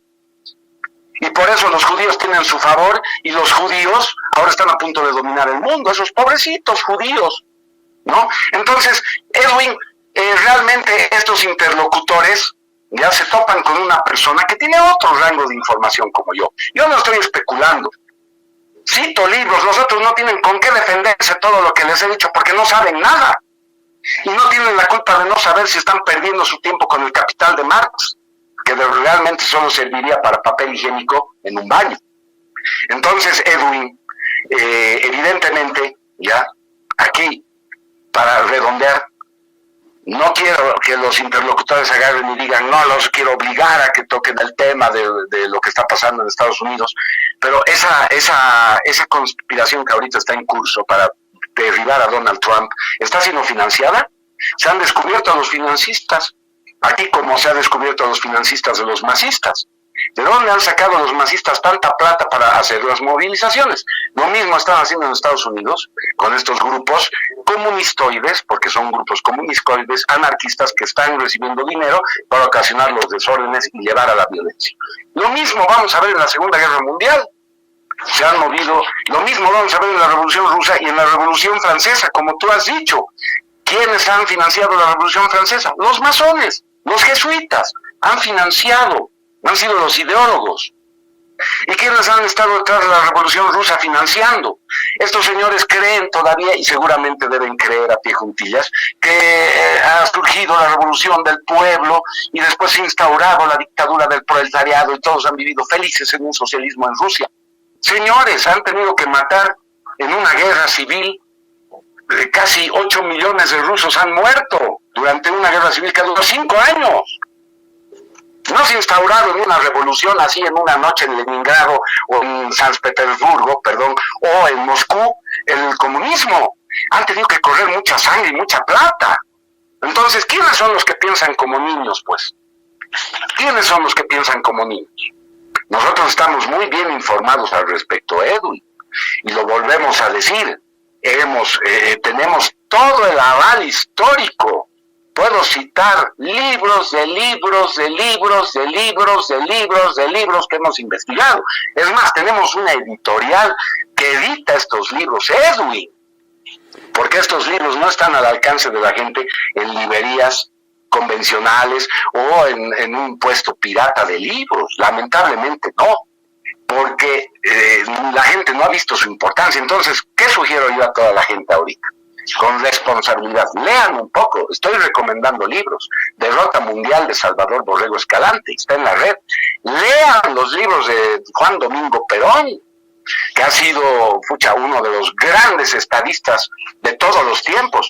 El mismísimo Hugo Chávez Frías estaba asesorado por Norberto Ceresole, que ha escrito La falsificación de la realidad. Un librazo que nos muestra cómo el poder judío internacional está hilvanando todo para la destrucción de nuestros países hispanoamericanos. Y con esto termino. Señores, ustedes que me están escuchando por la radio, y a mis interlocutores, tienen el mismo enemigo que tiene la Alemania nazi. El enemigo de la Alemania nazi es el mismo enemigo de ustedes, señora, joven, señorita, es el mismo enemigo. ¿Ya? Es esa cúpula de poder que está atrás ahorita corporativamente, porque los estados-nación ya no influyen más, ahora son poderes corporativos transnacionales los que están dominando el mundo, y no me pueden discutir eso. Ya están en manos la mayoría de magnates judíos. George Soros está financiando toda la nueva izquierda y toda esta ola de la agenda de género en Hispanoamérica, y está financiando todas las primaveras, la primavera árabe y ahora la primavera latinoamericana o hispanoamericana. Caramba, nos están llevando al borde de la guerra civil, y ustedes siguen hablando del capital de Marx, que no lleva a nada. Entonces hay nueva información que estamos en el deber de difundir y estamos en el deber de digerir, señoras y señores. A ver, tengan la dignidad de hacerme caso, de bajar un poquito sus humos comunistoides y decir, a ver, abriré mi mente. Finalmente, ¿en qué me ha beneficiado el comunismo? ¿En qué les ha beneficiado el comunismo? ¿En qué les beneficia a ustedes el comunismo? ¿O la agenda comunista? ¿O la agenda marxista? ¿De qué les ha servido instaurar en todas las universidades y enseñar el materialismo dialéctico? Miren nuestra pobre Bolivia, ¿en qué está? Desmoralizada, porque ustedes no enseñan valores y virtudes, porque llaman al nacionalismo chauvinismo. Hay que ser nacionalistas, Edwin. Nosotros estamos promoviendo un movimiento nacionalista ahora. Gracias. Entonces, se han desmitificado muchas cosas aquí y he acabado con todas las mentiras, señores. Aunque esta gente que dice ser muy respetuosa de la gente me falta el respeto, llamándome niño, me falta el respeto, diciéndome mentiroso, me falta el respeto, muy despectivamente, orgullosos defendiendo lo indefendible, que es la mentira de su dogma marxista comunista. Gracias, Pablo. Bueno, Manuel, ¿cuál es tu criterio con respecto al tema, ¿no?, de la Segunda Guerra Mundial? ¿Será que podemos dar fe de lo que es una historia oficial, una historia crítica? ¿Cuál sería la que deberíamos manejar? ¿O ambas historias, Manuel? Mira, Edwin, ha habido un momento en que evidentemente me he reído, van a disculpar, me he reído incluso a carcajadas, he tenido que alejarme un cacho del celular por las cosas que dice nuestro amigo, ¿no? Lo que yo puedo decirte es que evidentemente analizando un momento histórico sí podemos sacar algunas conclusiones. Y la principal conclusión a la que yo puedo llegar es que evidentemente el fascismo y los defensores del fascismo son un pequeño grupo que no va a lograr absolutamente nada con las tergiversaciones, las mentiras y los adjetivos que utilizan, ¿no?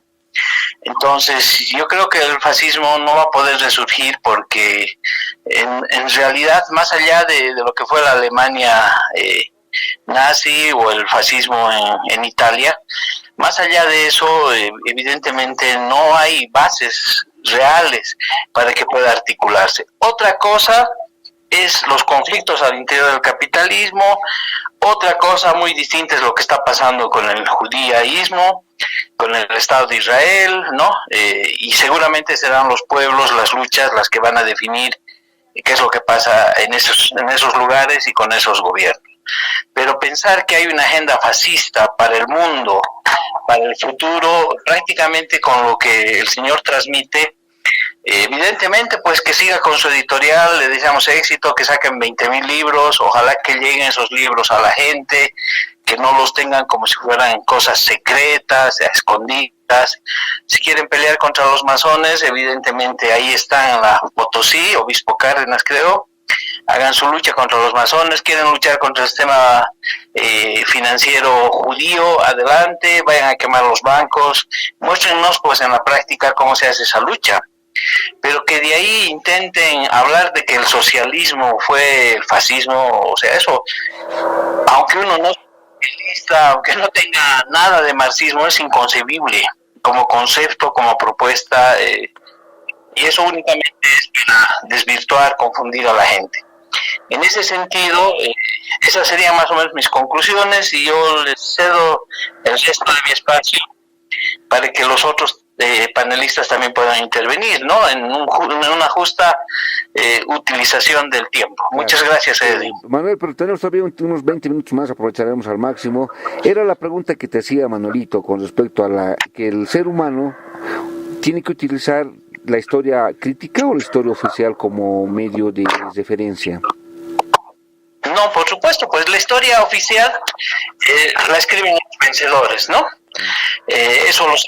Pero la historia crítica, y a ver, ahí vamos, ¿no? No es esa historia que el señor Santa Cruz nos quiere mostrar, una historia escondida, una historia que hay que leer libros, hay que escarbar, ¿no? No, la historia crítica es aquella historia que que precisamente desmenuza los acontecimientos y te da las explicaciones de las causas, de los efectos. Esa es la historia crítica. No es la historia crítica del capitalismo, de la historia universal de las guerras, la versión fascista de la misma. O sea, él confunde eso.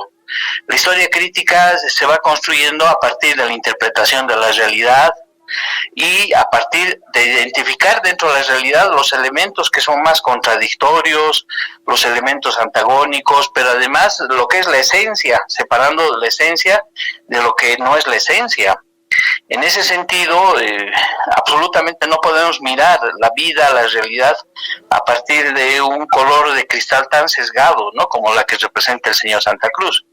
Pero lo bueno de todo esto es que su visión de mundo y su práctica política evidentemente responde a un pequeño grupo, a un pequeño clan, a una pequeña secta, a una pequeña tribu, que no logra enraizarse políticamente en la realidad del país, y que no logra generar tampoco corriente y movimiento político. Porque yo le pregunto al señor Santa Cruz, que tanto grita a través de los medios y a través de este medio, ¿cuál es su referente? ¿Cuáles son las acciones políticas pues en las que esté involucrada y que realmente esté interpelando a los trabajadores? ¿Cuál es su proyecto socialista? Me gustaría escucharlo, me encantaría escucharlo y ver si eso se aplica a la realidad boliviana. Y ahí van a darse cuenta que únicamente es una retórica la que utiliza el señor.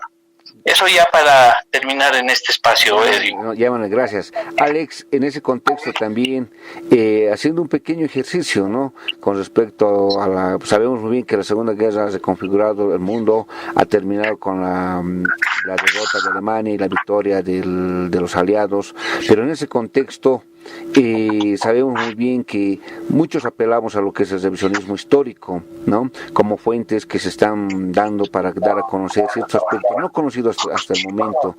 Entonces, ¿el revisionismo histórico será también una ciencia que ayuda a esclarecer los hechos, Alex? Cuando nosotros hablamos, estimado Edwin y radioescuchas, acerca de la historia, primero tenemos que destacar que es una ciencia social. ¿Y por qué ciencia? Porque nos permite conocer y ir más allá y transformar. La ciencia de la historia es importantísima porque nos ayuda a conocer el pasado y una vez conociendo el ayer, entendemos, comprendemos el hoy, el presente, la actualidad, y sobre esas bases podemos manejar tendencias, podemos prever hasta cierto punto lo que se va a ir dando socialmente. Y en ese entendido hay diferentes abordajes acerca de la historia de la sociedad humana.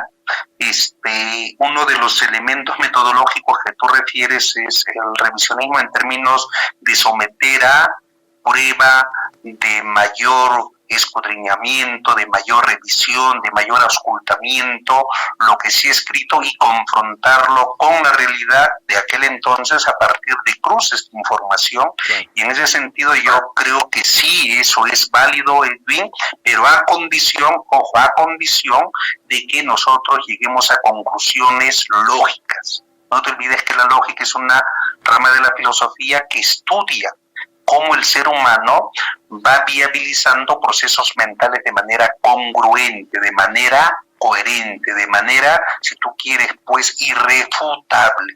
Entonces yo creo que esto, lo que tú estás haciendo, Edwin, es importante, porque ya lo decía Manuel, y tú también, hoy por hoy lo que prevalece a nivel mundial, a nivel regional, a nivel nacional, es que la historia la cuentan en general los vencedores y la cuentan según sus intereses, la cuentan según como ellos quieren. Por ejemplo, en todo lo que significa pues Hollywood, la empresa cinematográfica estadounidense, ¿qué nos cuentan? Que ellos han sido los salvadores de tantas guerras, que ellos han invadido países porque han querido llevar la democracia, han querido salvar a pueblos enteros de agresiones, pues de monstruos, si se quiere. Y para eso incluso han, si se quiere, diseñado a sus héroes, Superman, a su Batman, a su Robin, a sus Rambos y todo lo demás. Y hoy, oye, que estamos hablando sobre este importante tema, ya casi son 10 días en que Estados Unidos está enfrentando una rebelión popular y un desborde de la protesta popular que lo han llevado a que su propio presidente, el señor Trump, tenga que esconderse en un búnker y que todo lo que significa pues Hollywood haya sido tomado por asalto por el pueblo estadounidense, por negros, por latinos, etcétera, etcétera. Eso hay que entenderlo muy bien, sobre todo en base a lo que tú señalas. Y fíjate, ya que hemos tocado este último puntito, cuando nosotros hablamos, por ejemplo, de la Alemania nazista, de la Italia fascista, estamos hablando de que en aquel momento histórico se desbordó tanto, pues, el trabajo político de la extrema derecha, de los ultraconservadores, que apelando a un chauvinismo desmedido, irracional, incontrolable, lograron hasta cierto punto engatusar a sus pueblos, y a sus pueblos prácticamente les chuparon toda la sangre para hacerse de países poderosos en corto tiempo y luego viabilizar políticas expansionistas contra otros pueblos. Y en ese entendido la historia refiere de que fue tan injusta su lucha, fue tan injusta su accionar económico-político que terminaron derrotados. Fíjate, ¿en qué terminó Mussolini ahorcado? ¿En qué terminó el señor Hitler y sus secuaces? También terminaron prácticamente en el suicidio, o si no, escapándose, como lo hizo o lo hicieron varios personajes siniestros de aquellas épocas. Incluso llegaron a América. Fíjate, tan cobardes fueron que se mandaron a mudar y dejaron a su pueblo como, si se quiere, pues rehenes de los que tomaron por asalto, no solamente Berlín, sino todo ese país. Es decir, ni siquiera tuvieron la calidad humana de asumir sus consecuencias. Ni siquiera tuvieron la valentía, la honradez moral de quedar ahí, dar el pecho y asumir las consecuencias, sino que, como se dice popularmente, cuando se hunde el barco, las ratas saltan. Y eso es lo que pasó con los regímenes nazistas, fascistas, que en pleno siglo XXI pues se ha defendido, y en países como los nuestros debe de llamarnos poderosamente la atención, porque si en estos momentos en Estados Unidos hay una eclosión social, se debe, entre otras cosas, a esa mentalidad conservadora, archirreaccionaria de los supremacistas. Y eso es darwinismo social. Es decir, en pleno siglo XXI, los defensores del nazismo, del fascismo, del supremacismo, en otras palabras, ¿qué nos están diciendo? Que hay seres superiores y seres inferiores, seres que nacieron para vivir bien, para mandar, para gobernar, y las masas de nuestro pueblo, indígenas, campesinos, obreros, como nacieron en condiciones precarias, y tenemos marcadas diferencias biológicas de la élite, entonces estamos condenados a estar aplastados en pleno siglo XXI, que se piense así. Yo no sé qué denominativo llamarle, si es una barbaridad o es hablar de una deshonestidad con la historia y todo lo demás. Pero para terminar, cuando nosotros hablamos de lo que significó pues esta batalla de Normandía, estamos hablando entonces de un encuentro político-militar decisivo que los aliados supieron organizar, supieron preparar para derrotar a su enemigo, que al año siguiente prácticamente va a concluir la Segunda Guerra Mundial con consecuencias muy fuertes que hasta el día de hoy de una u otra manera están presentes. Primera consecuencia, se habla de que hubo más de 50 millones de muertos. Y ojo con el dato, Edwin y estimados oyentes, la gran mayoría de esos muertos corresponden a la ex Unión de Repúblicas Socialistas Soviéticas, es decir, casi entre 15 a 20 millones de soviéticos, ciudadanos soviéticos asesinados por las hordas nazistas que fueron a querer también colonizar a ese inmenso país. Otro elemento, Edwin, que a partir de ahí, como consecuencia, terminan dos bandos muy bien enfrentados. El campo capitalista, a la cabeza de Estados Unidos y sus socios como Gran Bretaña y Francia, y por el otro lado tenemos pues a la ex Unión Soviética con su aliado emergente después de 3 años, China, me pongo a pensar en Vietnam, en Corea muchos años después, etcétera, etcétera. Entonces ahí vamos viendo que después de los 1950, 4 años después de la Segunda Guerra Mundial, tenemos la famosa Guerra Fría, que va a ser una guerra entre el campo socialista versus el campo capitalista, y eso sin la menor duda merece otro abordaje. Y para concluir, también habría que señalar que va a haber un declive, no solamente de la economía europea, sino también un declive de la fuerza política y militar muy propia de Europa, porque el escenario de esta Segunda Guerra Mundial fue Europa. Europa prácticamente terminó derruida en todo el sentido de la palabra, y lógicamente que los que cobraron las consecuencias más severas no fueron los grupos de poder económico europeos, no fueron los capitalistas europeos, sino el pueblo, como de costumbre. Las guerras son diseñadas por los grandes grupos de poder, pero ellos ponen a los pueblos como carne de cañón. Gracias, Alex. Bueno, estamos en la... Pablo, ya para aprovechar, estamos en los últimos minutos, vamos a hacer una ronda de despedida más y conclusiones, pero bueno, brevemente, Pablo, ¿cuáles serían tus criterios con respecto también a lo que se ha comentado hasta ahora? Bueno, pues es que este señor se contradice, el que me acaba de Alex, ¿no? El que me acaba de preceder. Sí. Porque dice que la historia la escriben los vencedores y se cree la historia de los vencedores. Entonces, pucha, me hace reír, ¿no? A ver, pondremos sobre la mesa algunas cosas, ¿ya? Primero, el holocausto verdadero ha sido alemán. Son 20 millones de alemanes que han muerto en la guerra. ¿Ya? El holocausto verdadero en campos de la muerte ha sido alemán, porque han muerto más de 6 millones de prisioneros alemanes de hambre en sus propias heces en los campos de concentración de Eisenhower, después de la rendición. No les daban ni una marraqueta para comer. Y eso está probado. ¿Sí? Entonces, el pueblo alemán ha sufrido 7 millones de muertos por los bombardeos aliados.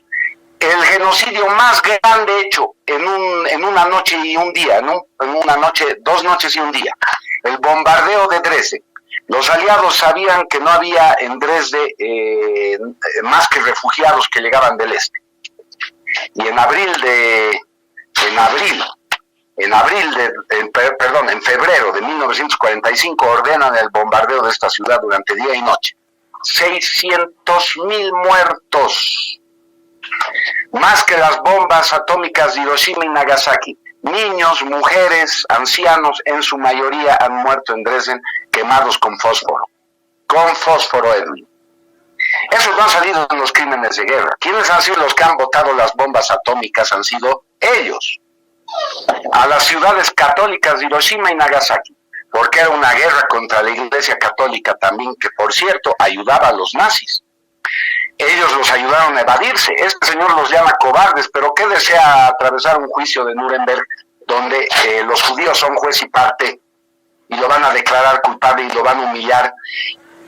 Y a golpes, inclusive aplastándole los testículos, le van a sacar declaraciones juradas de que usted ha sido un genocida.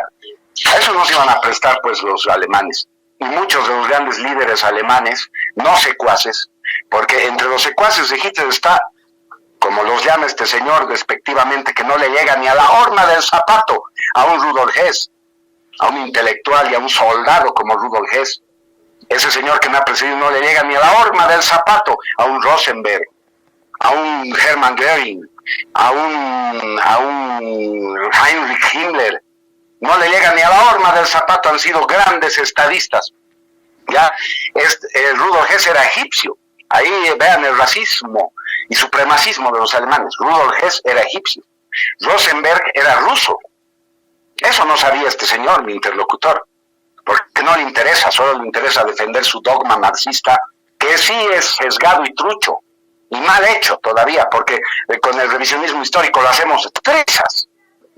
Entonces, Edwin, mira, estos señores, Rudolf Hess ha ido a Inglaterra a pedirle la paz, querían hacer la paz con Inglaterra porque no querían guerra con Inglaterra. Hitler le hizo 20 propuestas de paz a Inglaterra, porque no era la guerra contra ellos, pero eran asusados por el judaísmo internacional, ya a través de Churchill, que era un borracho, Stalin, un enfermo mental, y Roosevelt, ese minusválido, el peor presidente que ha tenido Estados Unidos, una lacra que ocasionó con los banqueros judíos la gran recesión de 1929, pero a 1932. Estudien, señores, ahí está la historia para que ustedes puedan ver quién es quién.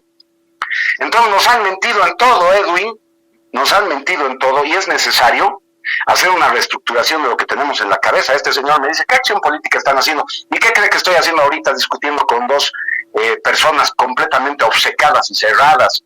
Una cerradez increíble, la verdad. La mayoría de la gente en Bolivia es así, Edwin. Pero lo estamos haciendo desde hace 10 años para que cambien su forma de pensar, porque si no cambia la forma de pensar de la gente, entonces, ¿qué voy a hacer con corruptos en un gobierno? Con gente que se vende al mejor postor, con gente que no tiene ideales y que no puede ser fanática por un nacionalismo y decir, amo mi patria, amo mi país, amo a mi gente y la respeto. Entonces, ¿qué vamos a hacer? Hay que cambiar pues la forma de pensar de la gente, y durante 10 años estoy haciendo eso. Y si no se consigue, no me interesa la política, porque no voy a llegar al gobierno a transigir con corruptos, con comunistas y con esa lacra. No lo voy a hacer, ¿entiendes? Entonces por eso estoy empezando desde abajo, dándole información a las bases, para que contrasten y vean quién es quién. Primero tenemos que distinguir, Edwin, al enemigo de nuestras naciones. Entonces ya veo a estos dos señores cuando sus hijos salgan drag queens o gays o lesbianas y sean utilizados por el colectivo LGBT para causar caos. Quiero verlos, a ver qué dicen. Van a seguir ahí echando flores al sacrosanto marxismo que los ha formado, porque el marxismo del siglo XXI, Edwin, es obra de los mismos enemigos de nuestros pueblos que lucharon o desataron la guerra contra Alemania. Y lo digo aquí claramente. Ríanse todo lo que quieran, señores, pero yo sé que hay gente que me toma en serio. Entonces esta gente es la que vale la pena. Gracias. Vamos a pasar a una segunda ronda ya de las conclusiones. Les rogaría 3 minutos a cada uno, por favor, y la respectiva despedida. Manuel, por favor, a 3 minutos para las conclusiones y tu respectiva despedida. Sí, gracias, Edwin. Evidentemente este es un tema que podría ser parte de un análisis histórico, ¿no? Pero la posición, digamos, del señor Santa Cruz hace que el tema se desborde a otros terrenos, a otros campos, y bueno, yo creo que la audiencia también ha tenido la posibilidad de escucharnos y hacerse una idea y poder tomar una posición si es que era necesario que el programa nos lleve a ese terreno. Yo quiero agradecer a la audiencia por la paciencia y señalar que evidentemente se necesita un espacio tal vez más tranquilo, ¿no? Para hacer este tipo de debates y poder documentar un poco mejor lo que se afirma.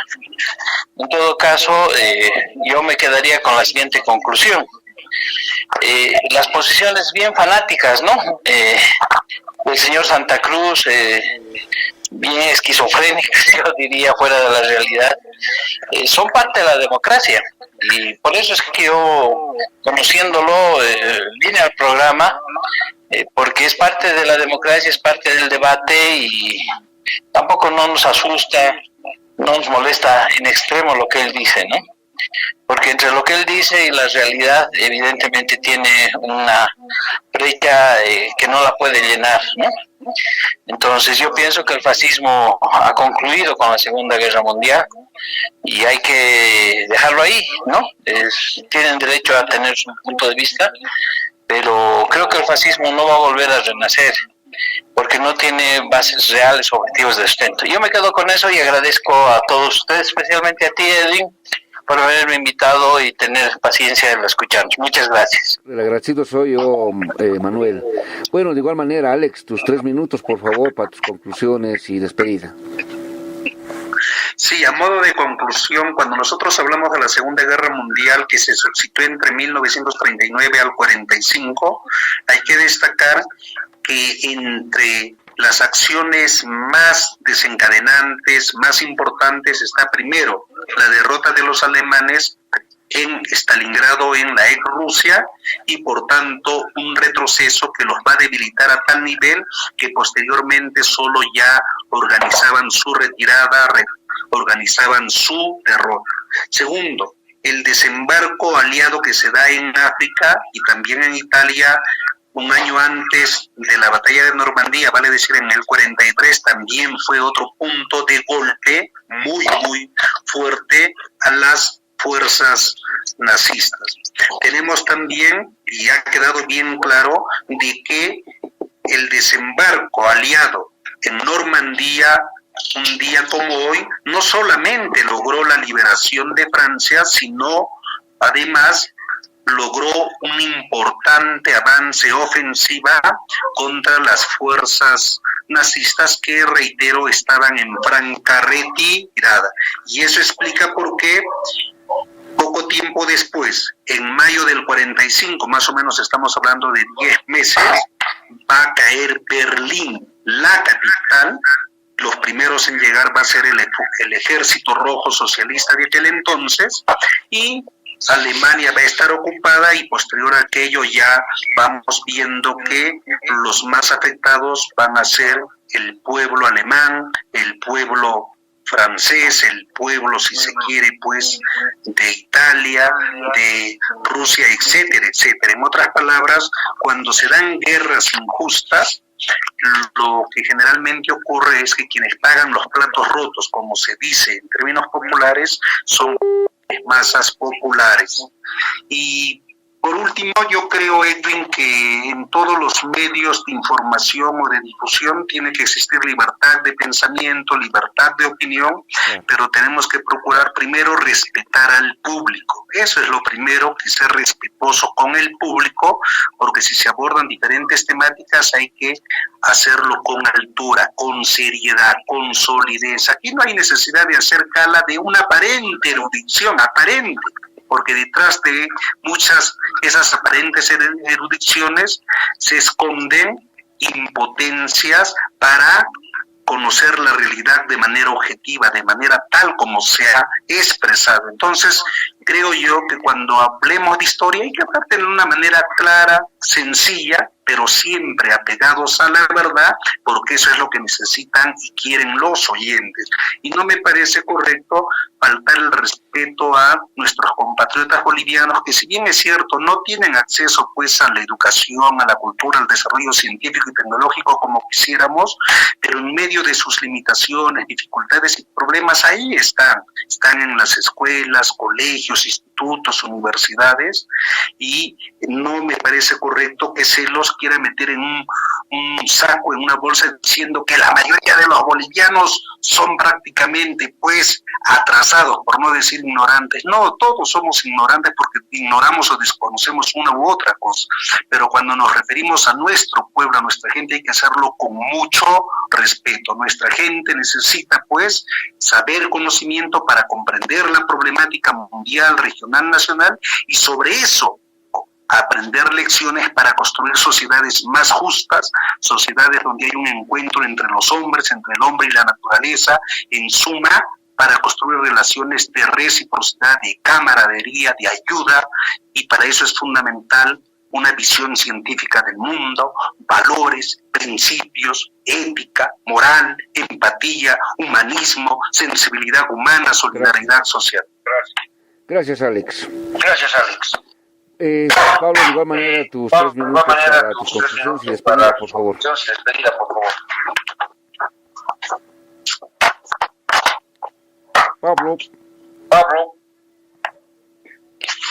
Pablo. Perdón, Edwin. Ahora sí. Tus conclusiones y despedida. Bueno, muchas gracias por el espacio que nos brinda siempre. Ha sido gratificante participar en el programa. Tú sabes, siempre con la verdad. Y para mí la mayor forma de expresar nuestro respeto a la gente es decirle la verdad. Y eso es lo que hacemos nosotros. Antes de hacer cualquier afirmación, tenemos la certeza de que es verdadera, ¿no? Y esa certeza es la que nos da la seguridad de que la gente nos da la bienvenida con los brazos abiertos, porque están cansados del mismo discurso de siempre de los truculentos políticos de izquierda y los de la derecha, que avalan las afirmaciones espúreas del sistema y siempre le tiran lodo a nuestros héroes, ¿no? En este caso estamos hablando de la Alemania nazi, que, miren, es profético lo que les voy a decir. La gente va a abrir los ojos y van a ver que Hitler tenía razón.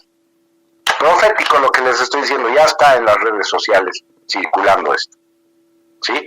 Porque lo que tenemos en Estados Unidos, por ejemplo, para terminar, lo que está pasando ahorita en Estados Unidos, Edwin, es lo mismo que ha pasado aquí en su momento con las pititas y los masistas, ¿sí? Los pititas son los patriotas norteamericanos que están defendiéndose contra las hordas anarquistas financiadas por George Soros con la excusa de que mataron a un negro, ¿sí? Es la excusa. Ya esto se está desmintiendo absolutamente y se está cayendo por su propio peso, como lo que es una mentira, y no van a poderlo tumbar a Donald Trump. Porque ahora es hora del nacionalismo otra vez. Y aunque se rasque con lata el comunista de turno que escuche esto, vamos a volver con mucha fuerza, como tercera posición, como fascismo, como nacionalsocialismo auténtico, ahora como movimiento veganista, como veganismo metapolítico. Vamos a volver. Y me van a ver todos emerger. No solo aquí en Bolivia, está sucediendo en la Argentina, donde ya hay también un estallido social, pero de otra índole. Ahí se están levantando contra el nuevo orden mundial, porque hay actores políticos que están informando a la gente, como yo lo hago aquí en Bolivia. Hay un Alejandro Biondini, hay un Adrián Salvucci. Sería bueno que de mis interlocutores escuchen pues a estos expertos argentinos hablar de lo que es la verdadera revolución de la verdad, no de revoluciones truchas y falaces como la del comunismo o la revolución otra vez liberal y todas esas vainas. No, la revolución de la verdad, porque el mundo vive completamente engañado, y decir que la gente está engañada no es faltarle al respeto, es decirle la verdad. Entonces yo espero, Edwin, que muy pronto despertemos todos. Lean, señores, el misterio de Belicena Vilca, de Nimrod de Rosario, lean Derrota Mundial de Salvador Borrego Escalante, y van a ver que tengo toda la razón absoluta del mundo, pero así, absoluta. Contraparte. Llegamos al final del programa. Agradecerles a nuestros invitados especiales, a Alex Chamán, a Pablo Santa Cruz y a Manuel Morales por el tiempo y el espacio que nos han dado para hacer esta entrevista y este debate también que se ha dado. Y como siempre, estimados oyentes, ustedes son los que sacan sus conclusiones y reflexiones. Esperemos que haya sido de su agrado este tema histórico. Agradecemos también a nuestro equipo, a Flora Condori, a Jimena Condori, a John Quiñones, quienes nos ayudan también a que lleguemos con las óptimas condiciones todos los días sábados. Y como siempre, agradecerles a ustedes, porque nosotros nos debemos a ustedes, y el programa que se hace justamente para ustedes también, ¿no? Pero para que también compartamos diferentes temas en lo que es su programa. Bueno, será hasta el próximo sábado. Muchas gracias por la audiencia y hasta la próxima con Contraparte Bolivia.